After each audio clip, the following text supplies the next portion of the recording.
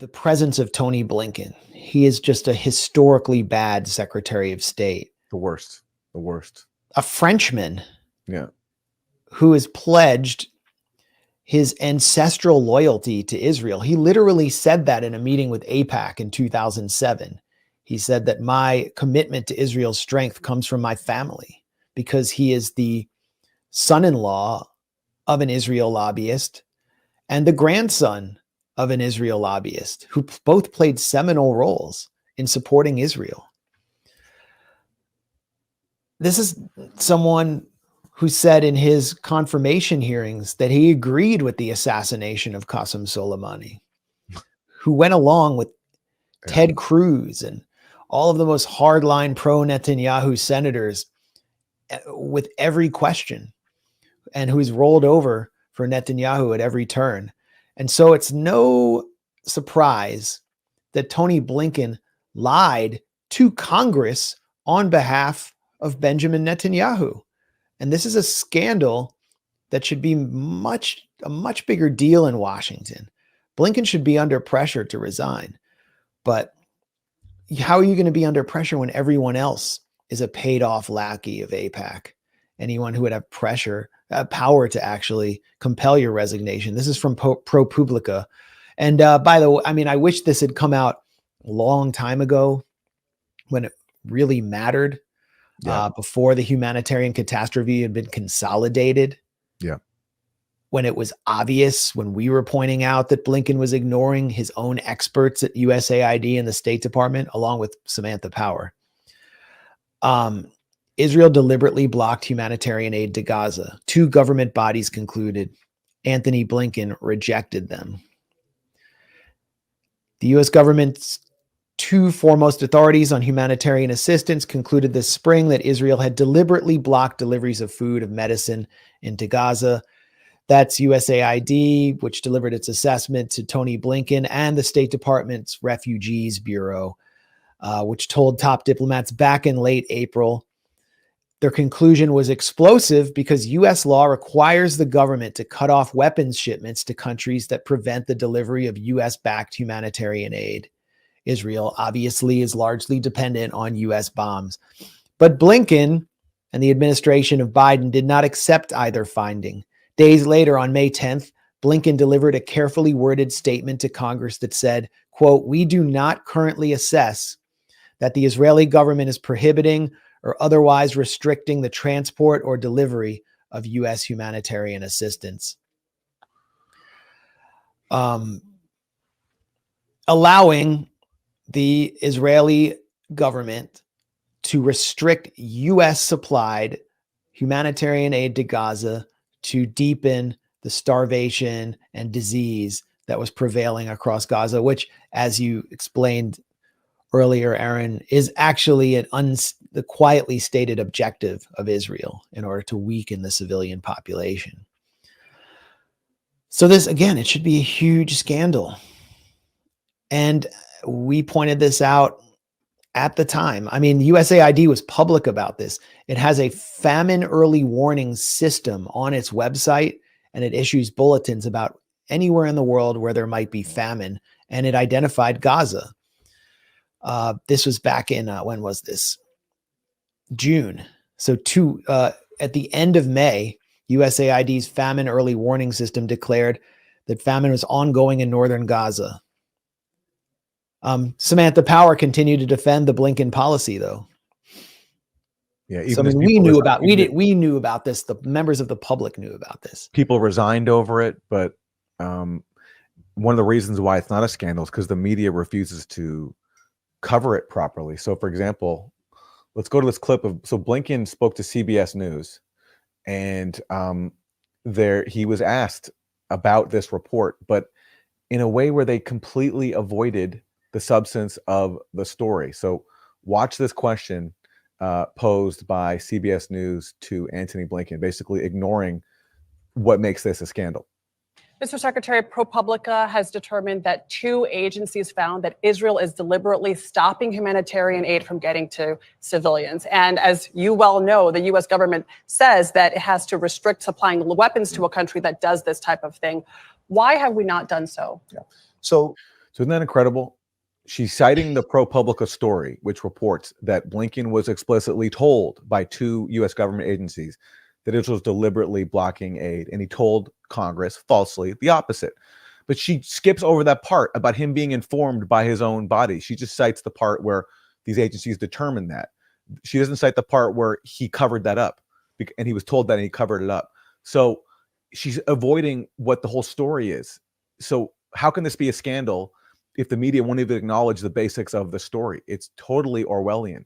It's like, this is way better than state TV, because this is no one in the government. Blinken isn't telling her what to say, but CBS News just knows that to play ball, to get these kind of interviews, and to be on TV, you can't report the facts in the most basic way. So thereby letting him get away with literal murder. And so watch his response, because he's actually not being challenged on what he covered up.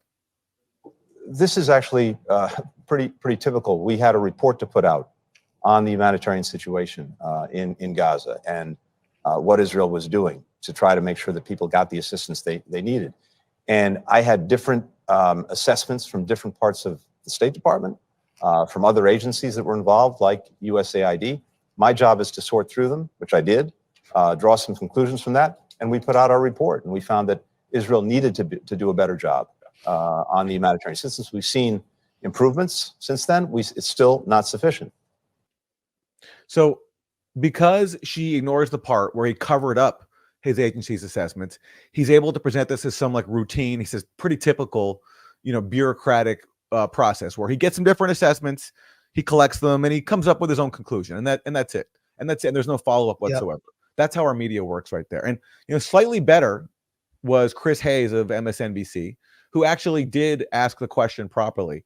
But watch what happens when he does. He's speaking to John Kirby, the National Security Council spokesperson. It's very obvious, I think, that U.S. leverage over Sinwar and Hamas and Hezbollah is essentially nil. I mean, we can try diplomatic partnerships, but we don't have direct leverage of them. Not with Hamas, no. It's a terrorist organization.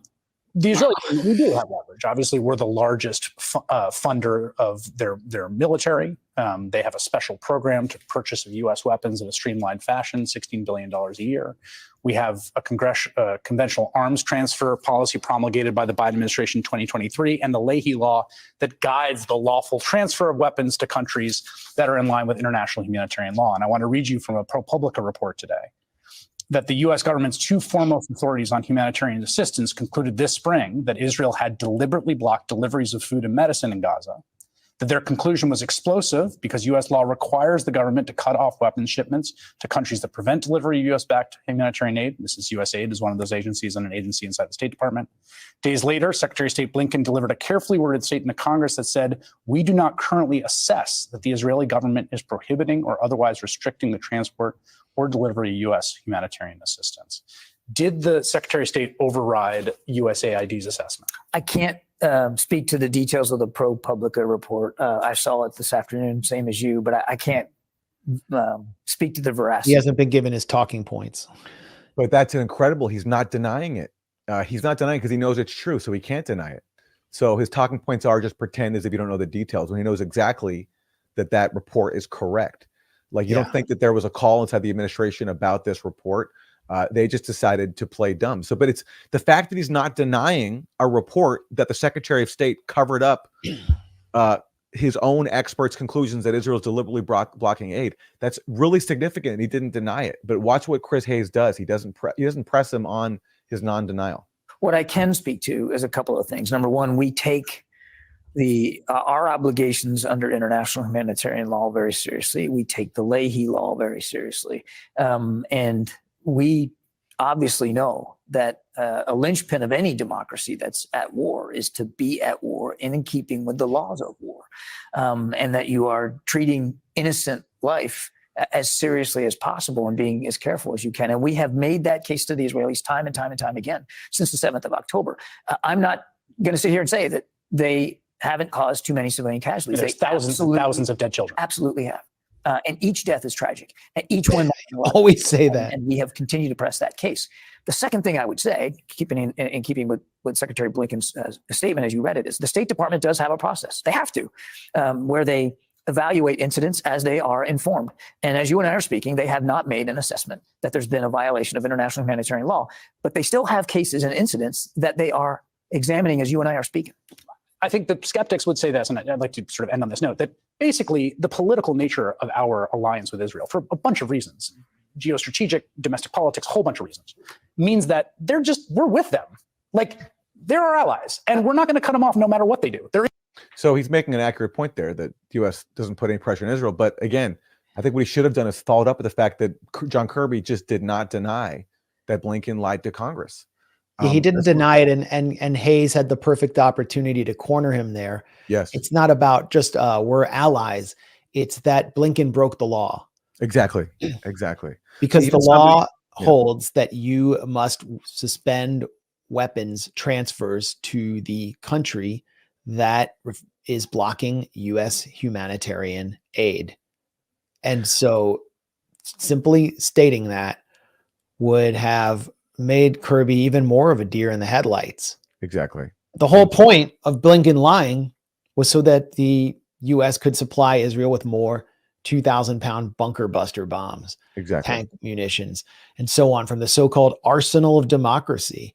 And the State Department has its own page on its website touting all of the arms sales that it has authorized because it's proud of supporting U.S. industry.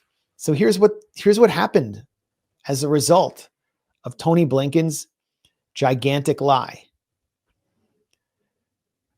U.S. approves $20 billion weapons sale to Israel amid regional tensions. I mean, that's a State Department. The State Department approved that. Yeah, the State Department made that announcement, including scores of fighter jets and advanced air-to-air missiles. When was the last time Israel fought an Air Force? Congress was notified of the impending sale. So Congress didn't even have the ability to approve it. I mean, it's incredible. Law, the rules-based order is in shambles, but also American law is in shambles now, thanks to Tony Blinken. And no one will try to remove him because they're paid off tools as well, whether it's from the Israel lobby or the arms industry and the military leadership. Yeah, as far as I've seen, only one person in Congress has called for Blinken to resign, and that's Rashida Tlaib, the only Palestinian-American member of Congress. But otherwise, very little outrage, if at all, aside from her. And the fact he can get away with it, and the fact that, Chris Hayes there, that question, that's the best we can do in U.S. media, is one question about Tony Blinken covering up Israel blocking aid to Congress, but no follow-up, even when he gets a really revealing non-denial from a White House spokesperson. That's like the best we can do in U.S. media. Totally intimidated and just intimidated into going along with Israel, not challenging all these talking points that sustain its genocidal campaign. That's where we're at. That is where we're at. And